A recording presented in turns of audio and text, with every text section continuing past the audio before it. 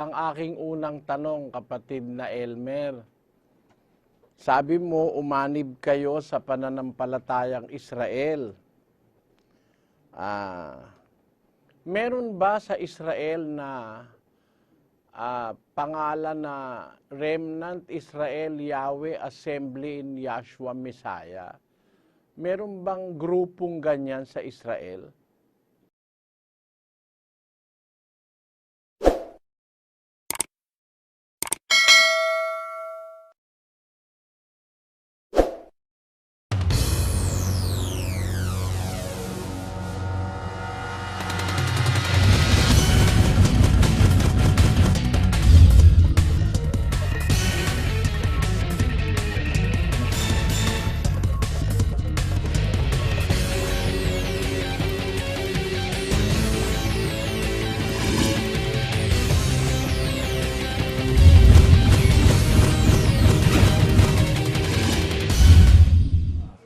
Pwede na po magsalita sa kabilang panig si Pastor Elmer Albuera.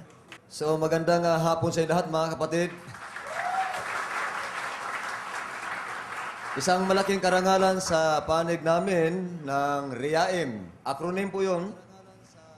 Na ang ibig sabihin ng RIAM ay Remnant Israel, Yahweh's Assembly in Yahshua Messiah. Ang pananampalataya po namin ay nagmula at nanggaling sa pananampalatayang Israel. Bagamat kami mga Pilipino ay pananampalatayang Hebro ang aming tinanggap. Gaya din sa Pilipinas, maraming mga Islam dito o mga Muslim.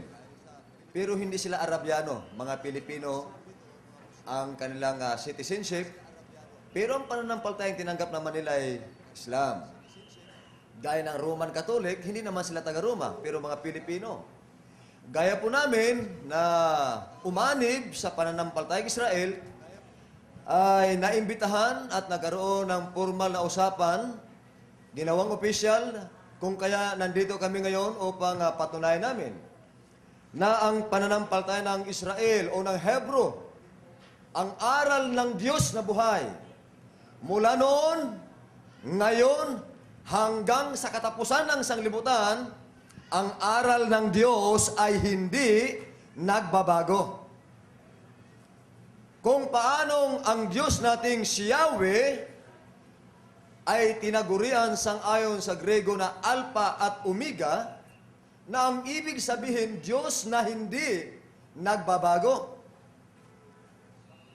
Ang lahat na nandirito ngayon, ang minimithi ay ang kaligtasan.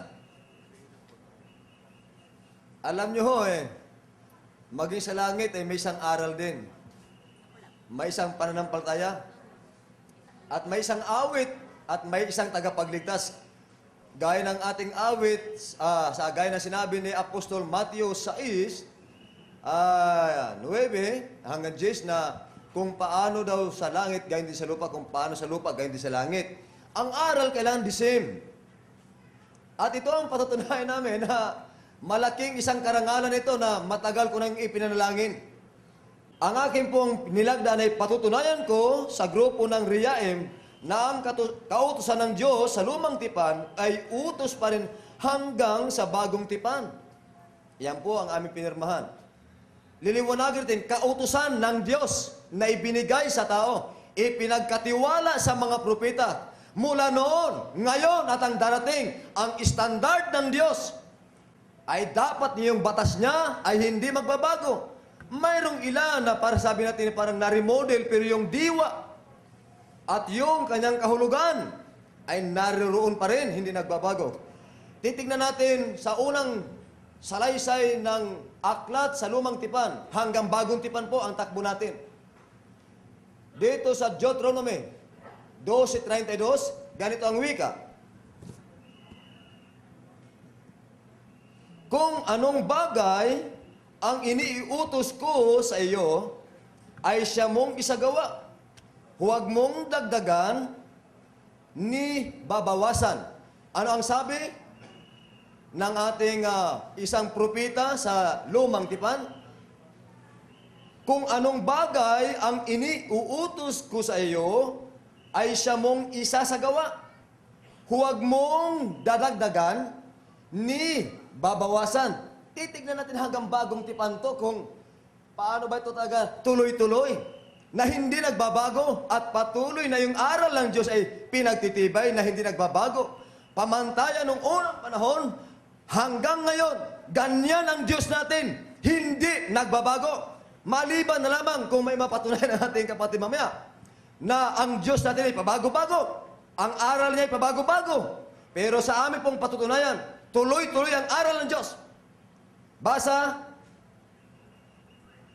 Josue 1:8. Anong sabi? Ang aklat na ito ng kautusan ay huwag mahihiwalay sa iyong bibig, kundi iyong pagbubulayan araw at gabi upang iyong masunod. Ano na? Huwag mahihiwalay. Ang alin ang hindi dapat mahihiwalay? Ang aklat ng kautusan sa iyong bibig. Pagbubulay-bulayan mo araw at gabi. Ganyan katibay, kadiin, ang bilin, tagubilin ng ating Diyos na si Yahweh.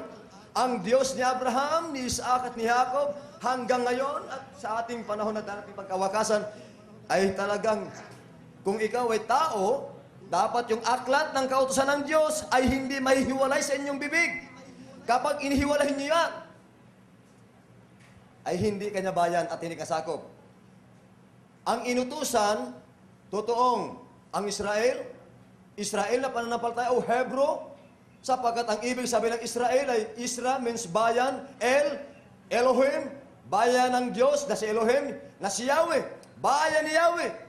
Ang inutusan, hindi po kung sino-sino uutusan, pinili lang, gaya ng ating mga propeta. Pinili na siyang pagkakatiwalaan ng Diyos ng kanyang batas o utos sa mga kanyang lingkod. At itong lingkod niyang pinagkatiwalaan, ipangangaral niya ito, ituturo niya sa lahat ng taong may buhay sa ibabaw ng balat ng lupa. Sunod na talata na ating babasahin, 89:34 ng mga awit. Ano ang sabi? Parating na tayo sa bagong tipan. 89:34, ganito ang wika. Ang tipan ko'y hindi ko sisirain. Sinong may sabi? Una, mga propetang pinagbili ng Diyos. Ngayon sa 89:34 ng mga awit, abay ang Diyos ang nagsabi na. Anong tagubili ng Diyos? Kung totoong bayan ka ng Diyos, kung totoong anak ka ng Diyos, dapat pakikinggan mo ang salita at utos ng Diyos. Ano ang sabi ng salita ng Diyos?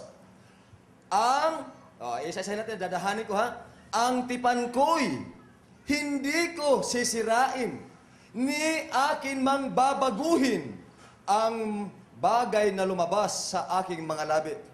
Babaguhin ba ng Diyos ang kanyang tipan?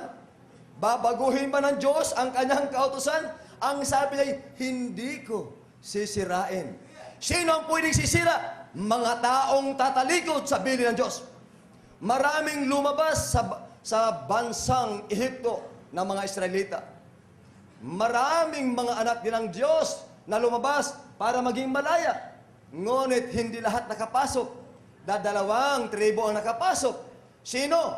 Ang pangkat ni Caleb at ni Josue. Dahil naging matapat at masunurin. Gaya din sa ating ngayon dito sa Pilipinas. Oo. Alam nyo ba nung unang panahon, wala tayong pag-asa sa kaligtasan? Ngunit nang dahil sa dugo ni Kristo o ni Yeshua sa totoong pangalan niya, ang pagkapako o pagkabayubay niya sa krus ay upang matupad ang pangako ng Diyos kay Abraham na siya ay maging ama ng mga bansa. Maging anak tayo ni Abraham sa pananampalataya. Sa paano ito natupad na inihula sa lubang tipan? Sa pamamagitan ng dugo ni Yeshua. Kaya sa nakadipa, hintil man, Griego man, anuman ang iyong lahi, whosoever believe in Yeshua should not perish, but have an everlasting life. 1:12 ng Juan, ang sinumang sa kanya ay sumampalataya, ay binibigyang karapatang maging anak. At kung anak, ay tagapagmana. Gusto niyo bang maging anak kayo? O kailangan kayo sumama? Umanib kayo sa bayan ng Diyos. Sino ang bayan ng Diyos? Ang Israel na pananampalataya. Nakarating po sa Pilipinas, bagamat maraming bansa ang nanabutahe sa pananampalatayang ito ng Israel, ay hindi ipinahintulot ng Diyos na hindi makarating dito sa bansang Pilipinas sapagkat nakita ng Diyos na maraming mabubuti rito. Maraming mga taong matuwid na ibig maligtas. Kaya nga po, nandito po kami, ibig po namin malaman ninyo kung ano yung katotohanan. Sunod? Ha?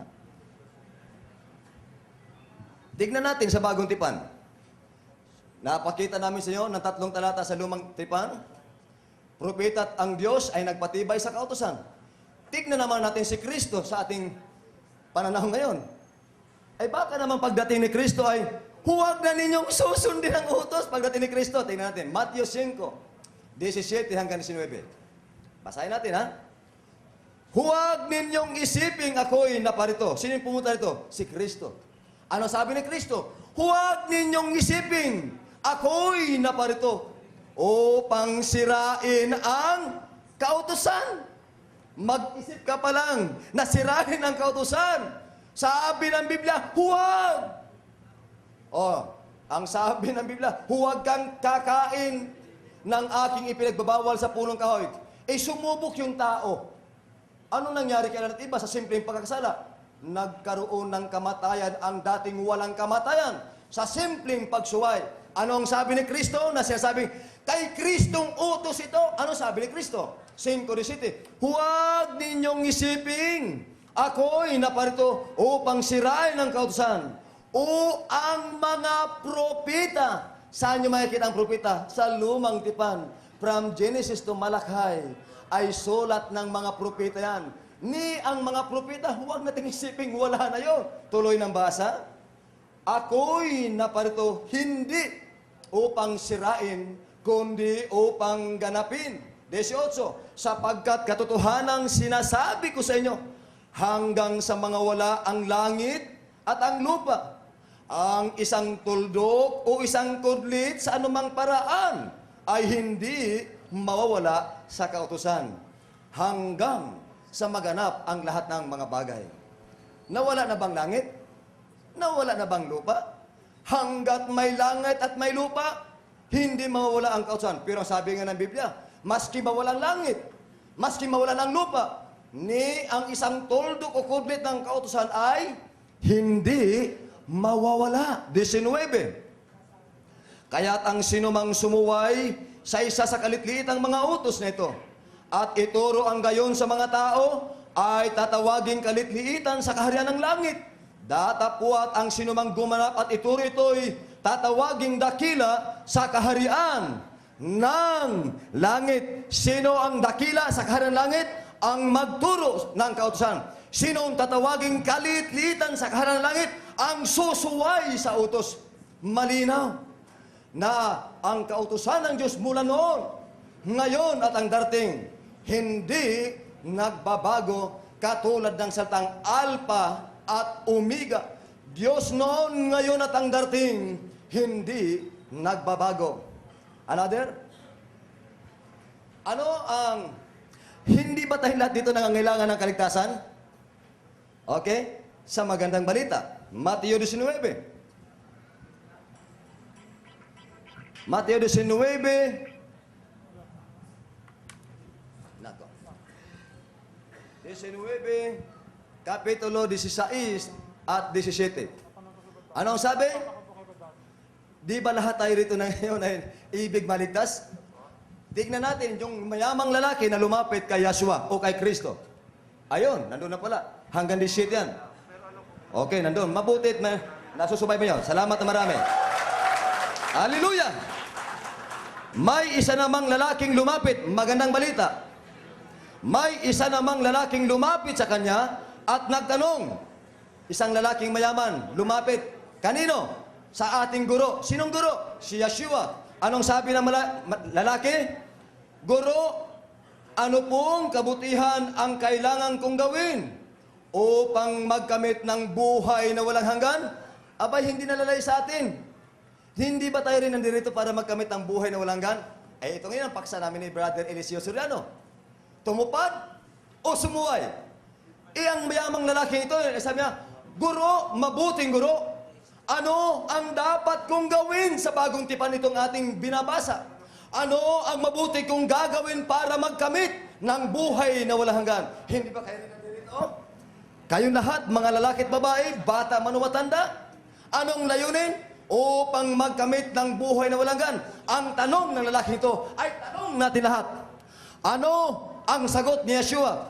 Tulitan natin basa. O ni Jesus, Guro, ano pong kabutihan ang kailangan kong gawin upang magkamit ng buhay na walang hanggan? 17. Sumagot si Jesus o si Yeshua sa tunay na pangalan niya. Bakit mo ako tinatanong kung ano ang mabuti? Iisa lang ang mabuti. Kung ibig mong magkamit ng buhay, sundin mo ang mga utos. Aba, kung ibig nating magkamit ng buhay na walang hanggan, kayong lahat, tinatawagan ko.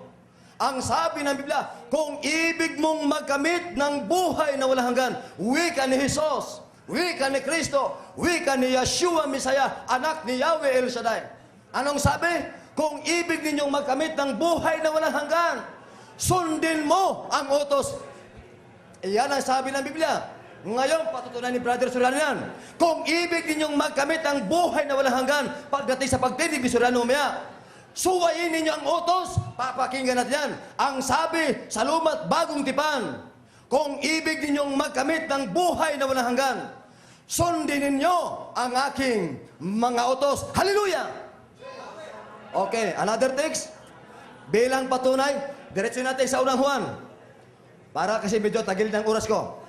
Unang Juan 2, ang talatay 3. Pakibis-bis lang.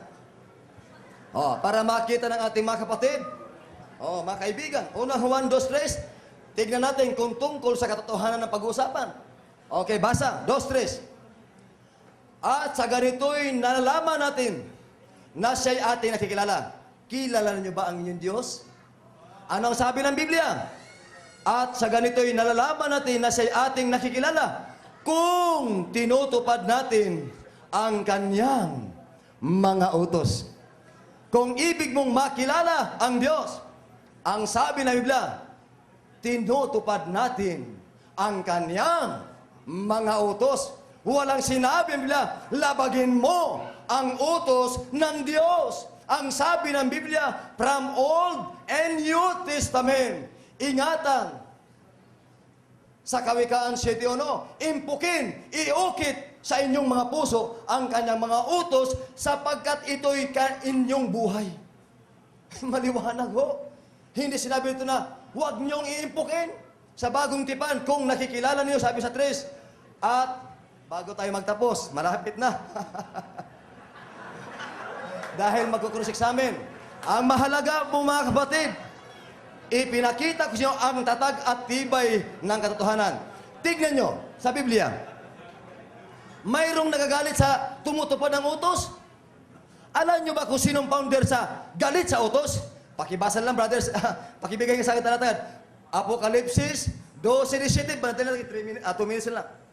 Anong sabi doon sa 12:17 ng Apokalipsis?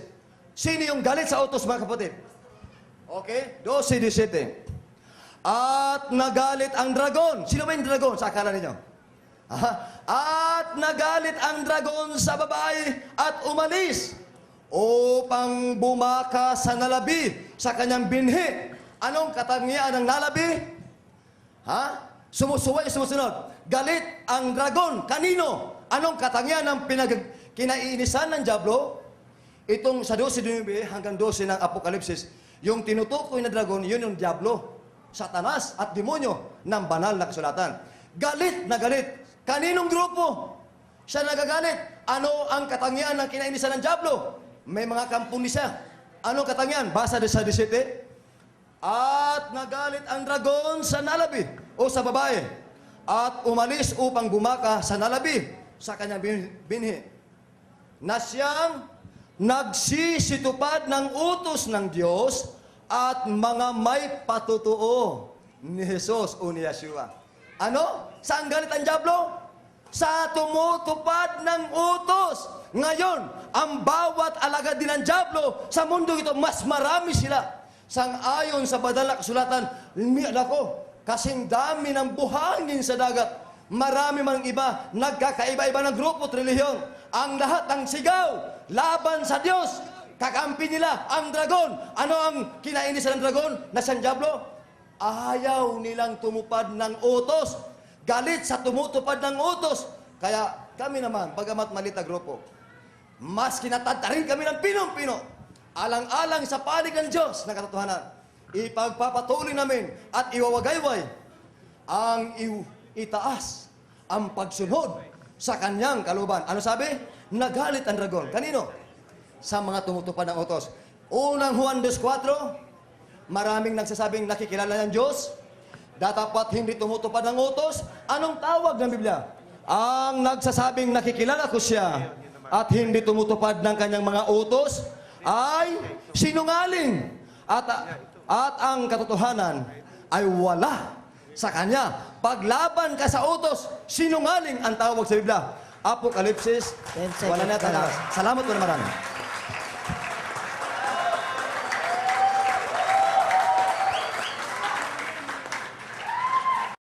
Ang magtatanong sa kabila mo si Brother Eli Soriano po. Ang aking unang tanong, kapatid na Elmer, sabi mo, umanib kayo sa pananampalatayang Israel. Meron ba sa Israel na pangalan na Remnant Israel Yahweh Assembly in Yahshua Messiah? Meron bang grupong ganyan sa Israel? Meron po. At sa katunayan po, meron po akong papilis. Kailan di ko dala rito. Ako po ay inordinahan ni Elder Pete Baca for the second time, ay kay Elder George Garner, Elder Jerry Hillan. Sila po yung mga Hudyo or mga Israelita. Ako po ay isa sa tagapangarap po nila dito sa Pilipinas. May kasamahan kayo sa Israel. Oho, meron o. Maraming tawag sa pananampalataya Israel sa ngayon. May Messianic Movement, may tinatawag itong Sacred Name Believer Movement, may tinatawag itong Judaism or Sabbath Keeper. Maging sa Amerika, isa po ang aming pinaglalaban at aming layunin ang alin? Ibalik ang katotohanan. Pwede ba, kapatid, sa ibang pagkakataon kung sakali ay ipakita mo sa amin yung papel na sinasabi mo na kayo ay binigyan ng karapatan ng mga taga-Israel? Brother Soriano, una muna, gusto ko muna pong ang itanong mo sa akin ay yung related sa ating tema muna kasi yun ang aking diin na ngayon eh. Hindi, lahat ng sinabi mo, may karapatan akong magtanong. Lahat ng sinabi mo. Huwag kang magsasalita ng isang bagay na hindi mo gustong itanong ko sa'yo. Kaya ako sinasabi yan dahil yan ang umpisa mo eh. Ang pananampalataya po namin ay nagmula at nanggaling sa pananampalataya Israel. Yan ang umpisa mo. Nagbigay ka pa ng halimbawa. Yung mga Pilipinong Islam o mga Muslim, hindi naman mga Arabo yan, di ba? Kung natatandaan ng mga audience kanina, diyan ka nag-umpisa. Kaya diyan ako nag-uumpisang magtanong. Bagamat kami mga Pilipino ay pananampalatayang Hebro ang aming tinanggap. Gaya din sa Pilipinas, maraming mga Islam dito o mga Muslim. Pero hindi sila Arabiano, mga Pilipino ang kanilang citizenship. Pero ang pananampalatayang tinanggap naman nila ay Islam. Gaya ng Roman Catholic, hindi naman sila taga-Roma, pero mga Pilipino. Ngayon, sa kumpirmasyon mo, meron kayong kasamahan taga-Israel. Yun lang naman ang gusto kong malaman eh.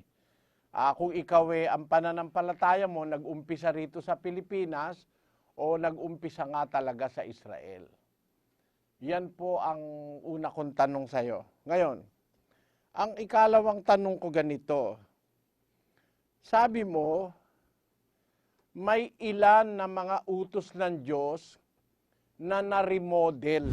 Ay dapat yung batas niya ay hindi magbabago. Mayroong ilan na para sabi natin parang na-remodel. Sabi mo kanina, no?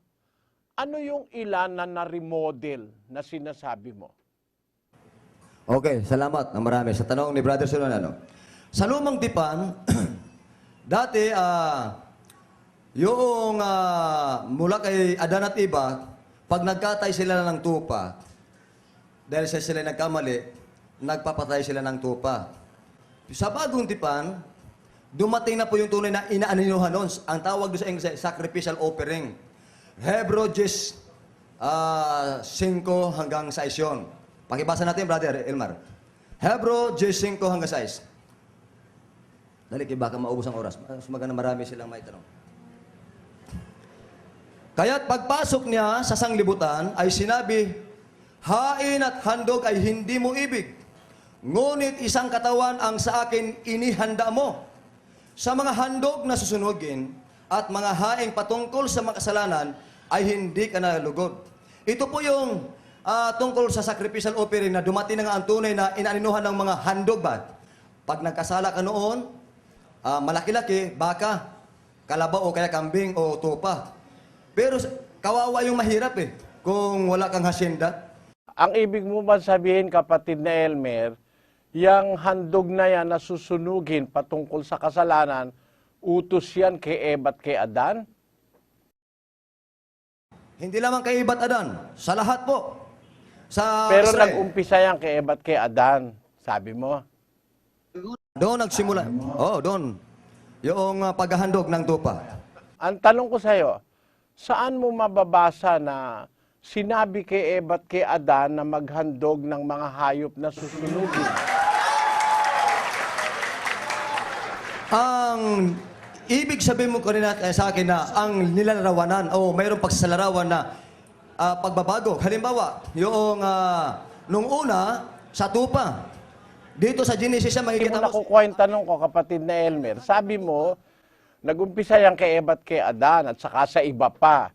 Ang tinatanong ko lang, saang talata sa Biblia mababasa na iniutos kay Eva at kay Adan maghandog ng mga hayop na susunugin? Ang ating pinag-usapan nito, Brother Silan, una-una, ay tungkol Alam ko yung usapan natin. You are under cross-examination. Sagutin mo lang yung tanong ko, sana mamagitan ng ating moderator. Kasi ikaw ang may sabi, hindi naman ako na yan utos kay Eva at kay Adan at sa iba pa. Tinatanong ko lang naman sa'yo yung talata. Madali naman ako kausap Meron bang talata sa Biblia na nagsabi ang Diyos kay Eva at kay Adan na maghandog sila ng mga hayop na susunugin? ito nga hindi nga ho direkta, pero sila naghahandog ng tupa. Na ang tupang ito'y lumularat. Ganito. Kung sabi mo sila naghahandog, saang talata sa Biblia mababasa mo si Eva at si Adan naghahandog ng tupa? Genesis 4, bagamat hindi dito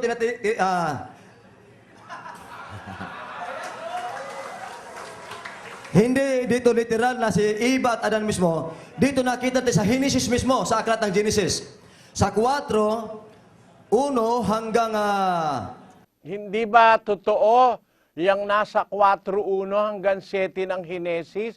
Ang naghahandog dyan si Abel at saka si Cain, hindi naman si Eva at si Adan? Oho. Di ba anak nila si Abel at Adan? So, ang naghahandog si Cain at saka si Abel, hindi si Eva at si Adan. Ganon. Kung sinusunod ito ng anak, ito'y mula ito sa magulang din. Nakita sa magulang. Anak niya ito Hindi naman sumuway si Abel sa utos Pero si Cain sumuway sa utos. Noong nakasala siya, nag-alay siya Pero ng ba si tupa. Cain ba sumuway sa utos, kapatid? Nagkasala siya sa utos dahil pumatay siya O di ba siya anak ni Eva at ni Adan? Bakit siya sumuway sa utos? Kaya ang punto ko sa'yo, hindi ko mo ginagawa nung anak, yun ang ginagawa ng magulang. Hindi ganon. Huwag tayong mga has na lalagyan natin yon. Ganon pa man, naintindihan ko na ang punto mo. Ang susunod kong tanong, sino ba ang nag-utos sa kanila na maghandog ng haing susunugin? Sino nag-utos? Kay Cain at saka kay Abel na maghandog sila ng mga hain. Sino ba nag-utos sa kanila? Alam nyo, kapatid, Kung naalala mo yung sinabi sa akin doon sa kanabutas, di ba? Si Abraham, nagbigay ng ikapo, pero hindi inutusan. Kay Melchizedek, hindi ba ikaw pa maniwala? Ayan, pero ngayon, ang tanong ko sa'yo, sabi mo kasi, utos yon yung paghahain ng mga tupa. Sabi mo nga, na-remodel dahil dumating na yung anino, yung pinanggagalingan ng anino, di ba? Sabi mo kanina, no? Di ba sabi mo, utos yon? Sino nag-utos nun? Sabi mo kasi utos eh. Ikaw ang may sabi, hindi ako. Sabi mo, utos yon, kaya lang na-remodel. Ang tanong ko sa'yo, sino nag-utos nung paghahain ng mga tupa o ng mga hayop? Ang hinihintay ko sa yung itanong sa akin, Brother Soriano, yung pinaksa ko tong... Hindi, yun ang tinatanong ko, wag mo akong turuan ang itatanong ko sa'yo. Mamaya, hindi rin kita tuturuan ng itatanong mo sa akin. Ang tanong ko sa'yo, sabi mo kasi, utos yun, na niremodel lang. Ang tanong ko sa'yo, sino ba nag-utos nun? Nung maghandog ng mga hayop? Sino nag-utos nun? Simple naman yung tanong ko eh. Pakisagot Dito na lang po, ayon sa record sa Biblia, lahat po yan na utos na makikita sa Biblia, galing yan sa Diyos. Ayon. Sa mga tweet, utos ng Diyos yan. Kung yan ay utos ng Diyos, sabi mo ang Diyos ay hindi nagbabago. Bakit ang sabi mo kanina, ni-remodel yan? Ay dapat yung batas niya ay hindi magbabago. Mayroong ilan na para sabi natin parang na-remodel. Magbigay ko sample sa Brother Soriano. Gaya ng 10 utos, isinulat sa bato. Sa bato, ni-remodel. Nilagay sa puso't isipan. Di ba mo nagkaroon ng pag-remodel pero nalipat lamang yung utos mula sa bato. Sinusundan lang kita doon sa sinasabi mo. Sabi mo kasi, utos yan ng Diyos. Eh sabi mo, ang Diyos hindi nagbabago, ba't naman ni-remodel yung utos niya? Di ba sabi ko sa'yo, yung tinatanong ko sa'yo yun eh. Maglagay ka ng katwiran para sa kapakanan ng tao. Kung ang mahalaga sa'yo, kaligtasan natin, sagutin mo ako ng tapat. Sabi mo, utos yan ng Diyos. Sabi mo rin, ang Diyos ay hindi nagbabago. Eh di dapat hindi rin magbabago yung kanyang utos. Yun ang konklusyon mo eh. Yun nga ang tema natin eh. Sabi mo, walang pagbabagong naganap. Eh ikaw na rin ang nagsabi, ni-remodel ng Diyos. Eh ba't ganon? Meron ba namang walang pagbabago tapos nire-remodel? Yun ang tinatanong ko sa'yo ngayon. Anong katwiran mo ron?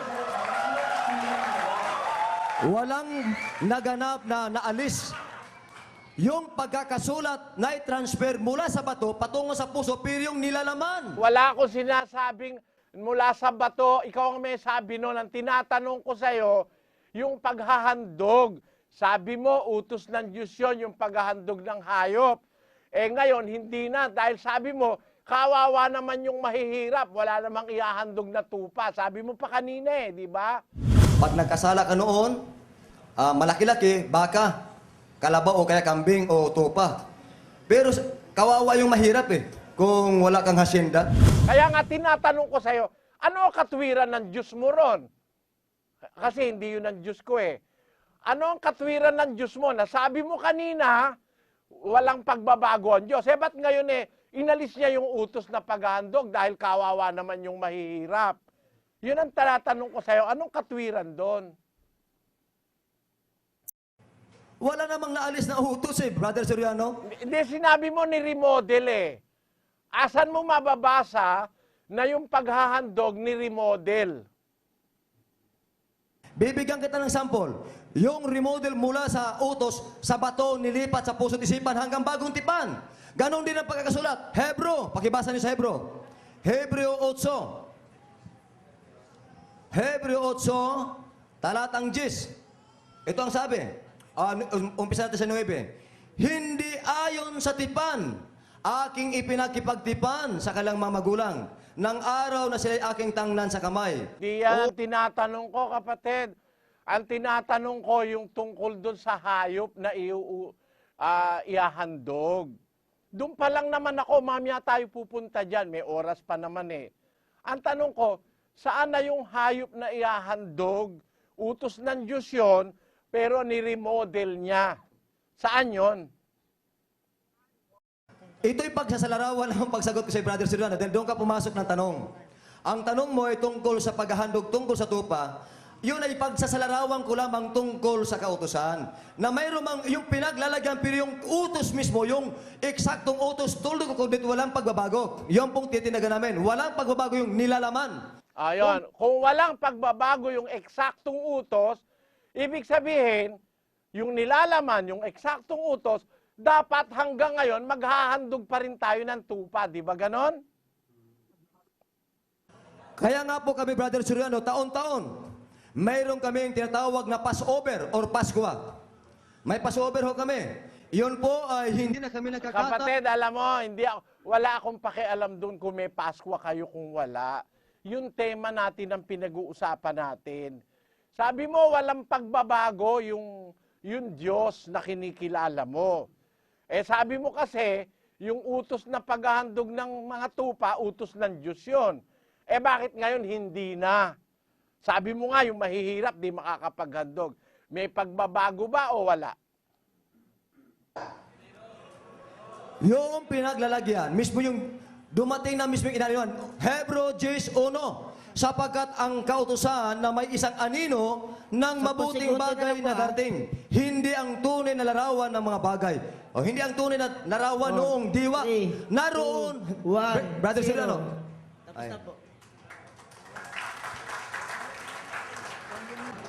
Susunod naman po si Brother Eli Soriano naman po.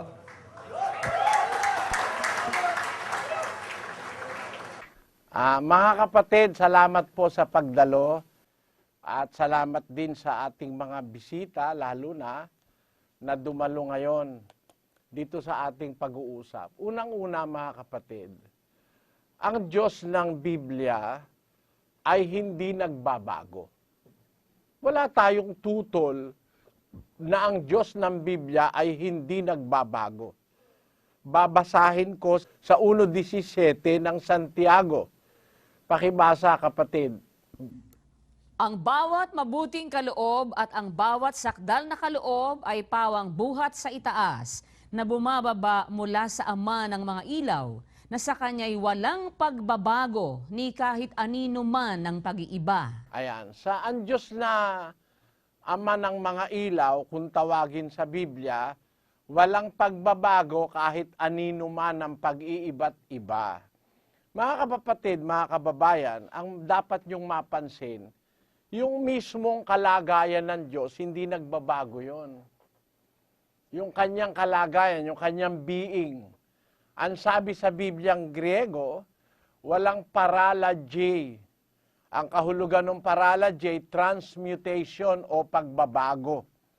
Mula sa isang kalagayan, pupunta siya sa ibang kalagayan, hindi ganun ang Diyos. Sa kanyang kalagayan, He is perfectly, infinitely like Himself from the past and until forever.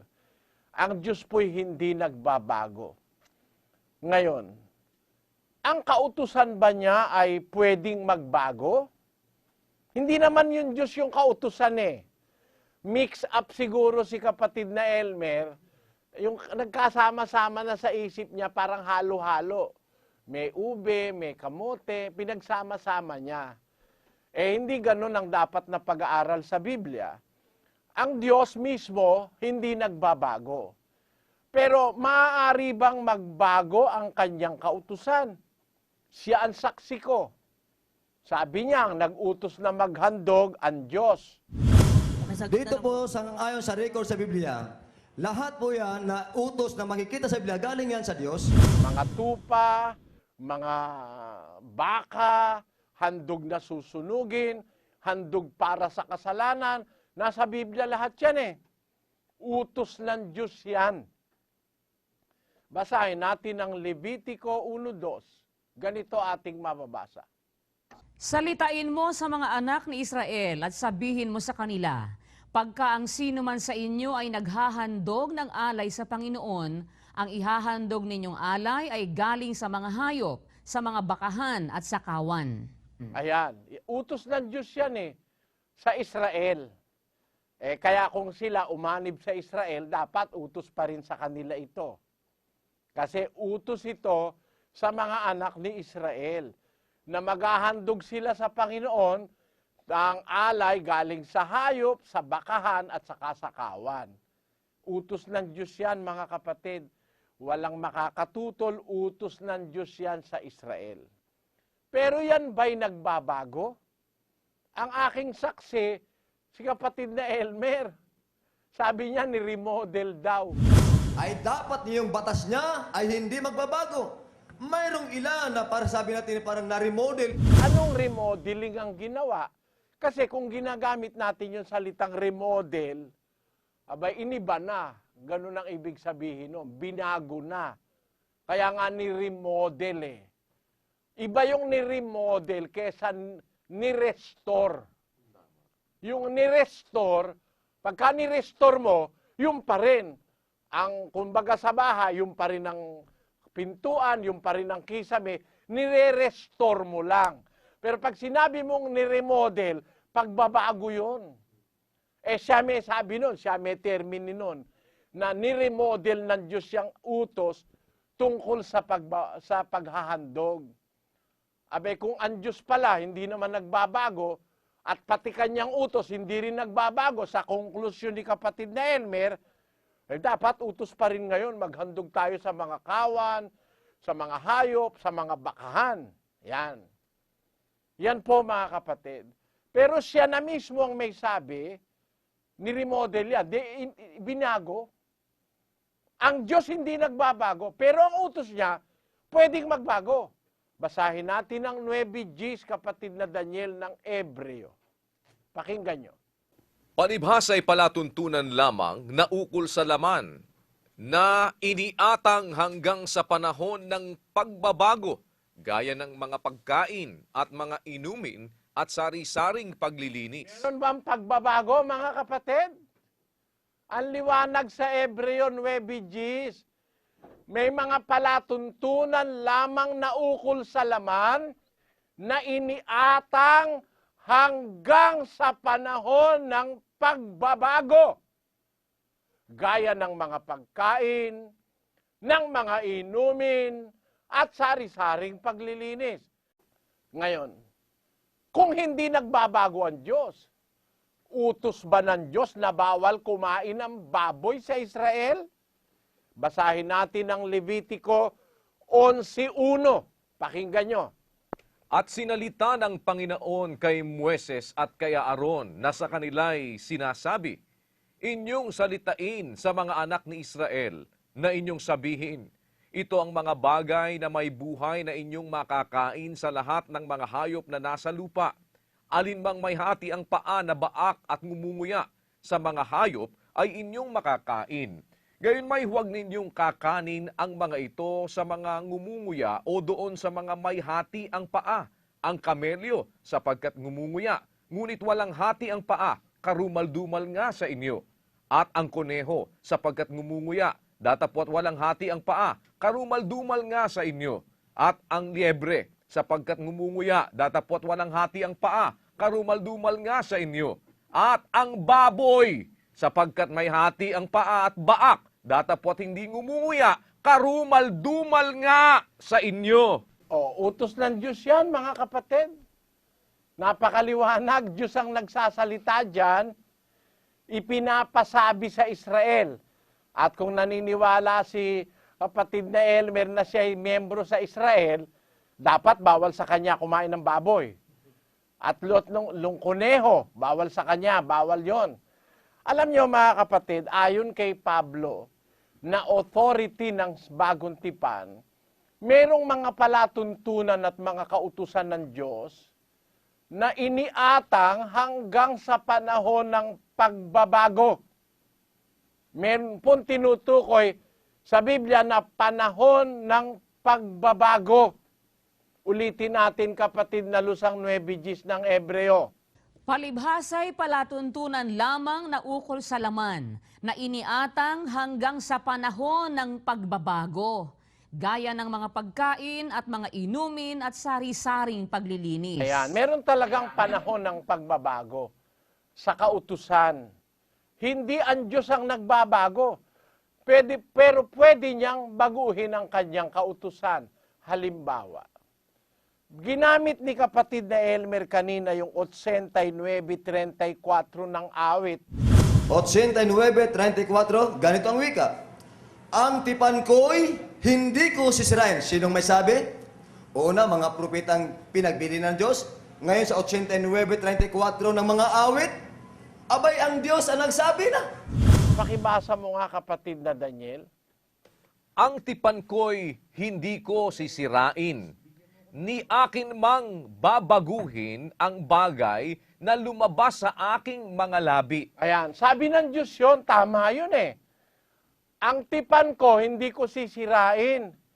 Ni akin mang babaguhin ang bagay na lumabas sa aking mga labi. Ang Diyos kasi, hindi pa bago-bago sa kanyang sarili. Pag naglagay siya ng tipan, hindi niya sisirain yung tipan. Ngayon, ang tanong, ano ba yung mga tipan ng Diyos na hindi niya sisirain at hindi niya babaguhin? Ano yung tipan ng Diyos? Basahin natin ang Henesis. Isa doon yung nasa Henesis 17:10, kapatid na Daniel. Ito ang aking tipan na inyong iingatan sa akin at sa inyo at ng inyong binhi. Pagkamatay mo, tutuliin ang bawat lalaki sa inyo. Nakipagtipan ng Diyos kay Abraham. Sabi ng Diyos, ito ang aking tipan na iingatan mo. Between me and you, sabi niya kay Abraham. Hanggang pagkamatay mo, sabi niya, tutuliin ang bawat lalaki sa inyo. So meron palang tipan ng pagtutuli ang Diyos between Him and Abraham. Ngayon, yang tipan sa pagtutuli, yan ba'y nabago? Basahin natin ang 5:6 ng Galacia. Sapagkat kay Kristo Jesus, kahit ang pagtutuli ay walang kabuluhan, kahit man ang di pagtutuli, kundi ang pananampalataya na gumagawa sa pamamagitan ng pag-ibig. Yung palang pagtutuli, pagdating pala ni Kristo, wala nang kwenta yon. Kahit yung pagtutuli, kahit ang hindi pagtutuli, wala nang kabuluhan yan, sabi ni Pablo, kay Kristo. Kaya merong time element kung hanggang kailan yung tipan. Kung kanino binigay ng Diyos yung tipan, di niya babaguhin yon. Kay Abraham, di niya binago yung tipan. Hanggang namatay si Abraham, di niya binago tipan eh. Hindi naman sinabi ng Diyos, hanggang langit ay magtutuli tayo. Wala naman sinabing ang ganun eh.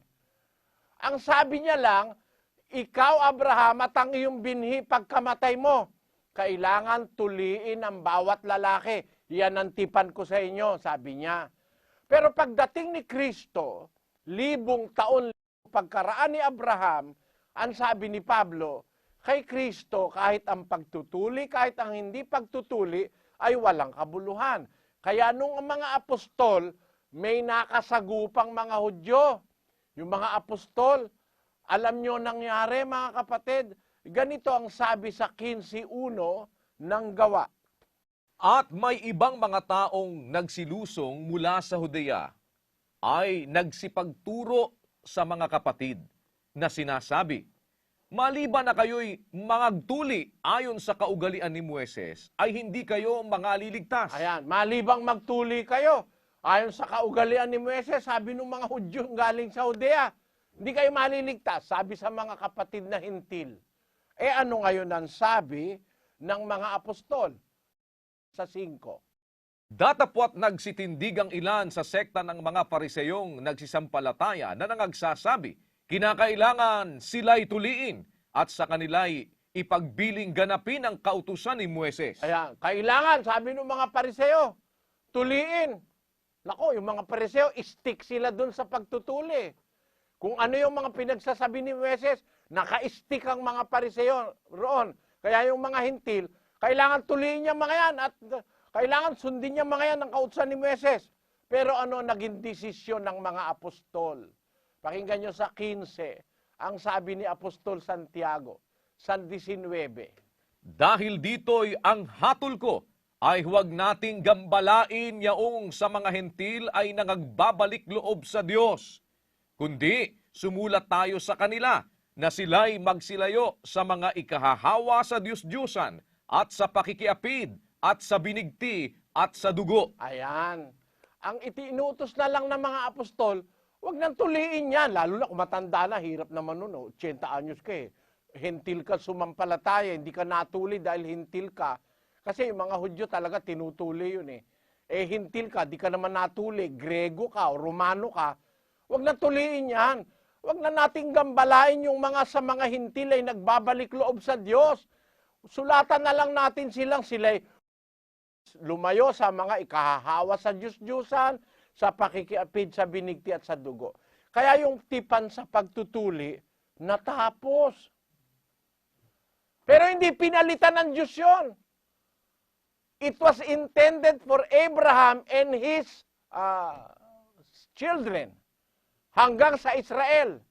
Pero nang dumating na si Kristo, tapos na yung tipan ng pagtutuli kay Abraham at sa kanyang mga anak.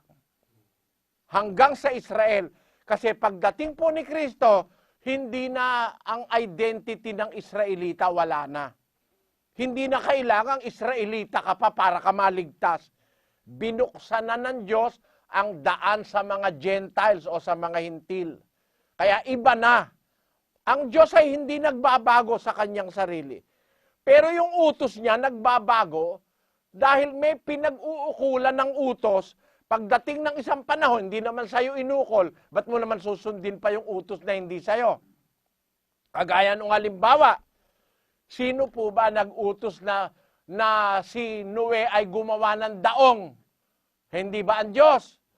Pagkasasabihin ni kapatid na Elmer, ang utos ng Diyos mula umpisa hanggang katapusan, susundin natin, gagawa ka rin ng daong.